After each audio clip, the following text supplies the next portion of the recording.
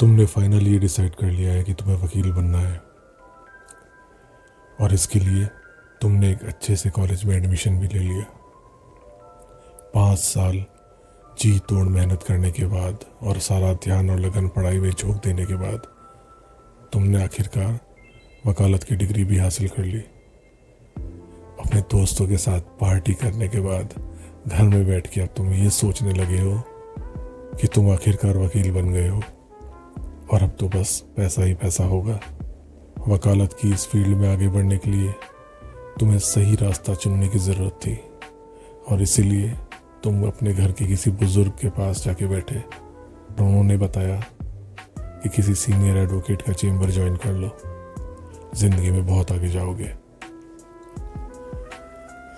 अपने बड़ों की बात मानकर तुमने एक सीनियर एडवोकेट का चेम्बर ज्वाइन भी कर लिया, और जाहिर सी बात है सीनियर एडवोकेट ने तुमसे सारी बातें की, लेकिन तुम क्या करोगे और तुम्हें कितना मिलेगा उस काम का, ये बात नहीं की।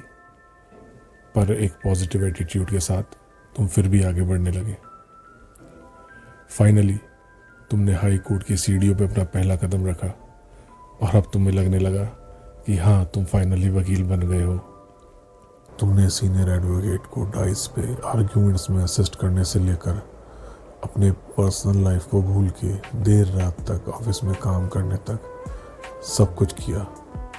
1 महीना काम करने के बाद अब वो दिन आता है जब सीनियर एडवोकेट साहब तुम्हें अपने चेम्बर में बुलाते हैं और एक सफ़ेद लिफाफा तुम्हारे हाथ में दे देते हैं। साथ ही तारीफ़ के 2 शब्द भी तुम्हें सुनने को मिलते हैं, लेकिन तारीफ़ की वजह तुम्हें तब पता लगती है जब तुम लिफाफा खोलते हो और उसमें से 5,000 रुपये निकलते हैं।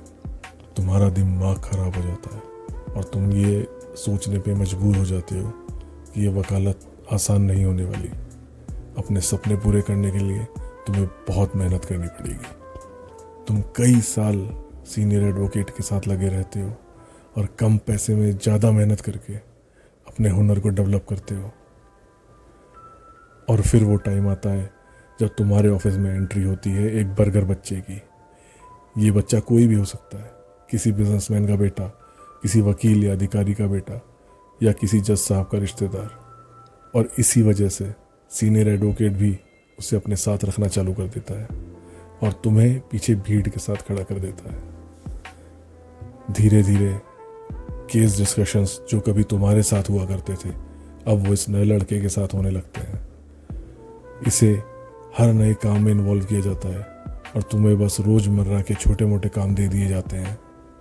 इस ऑफिस पॉलिटिक्स के चलते तुम कई बार अपने आप से ये सवाल पूछते हो कि यार, लिटिगेशन करना सही था या मुझे कॉर्पोरेट ज्वाइन कर लेना चाहिए था।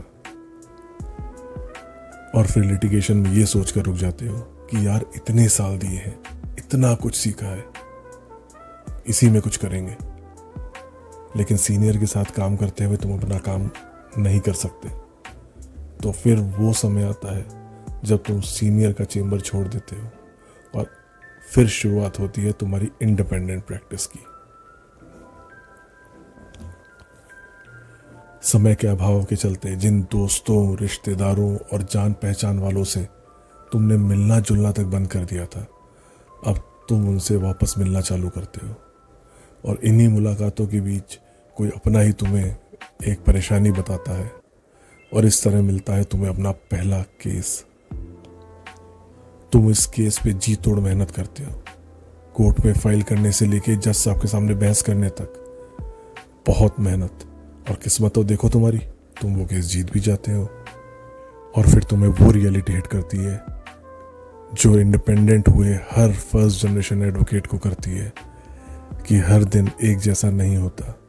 कुछ दिन तो अपने घर में, अपने ऑफिस में खाली बैठते हो, और कुछ दिन तुम्हारे पास काम भी होता है और उसका पैसा भी अच्छा मिलता है। इन्हीं सब चीज़ों से जूझते हुए तुम अपना एक रूटीन बना लेते हो और अपना एक छोटा सा ऑफिस भी। दिन का टाइम तुम अपने कोर्ट के अंदर बिताते हो, शाम का अपने ऑफिस में अपने छोटे मोटे 1-2 क्लाइंट से डील करते हुए तुम्हें मिलती है अपने लिए सिर्फ एक रात जहां तुम टीवी देखते हुए रिलैक्स कर लेते हो।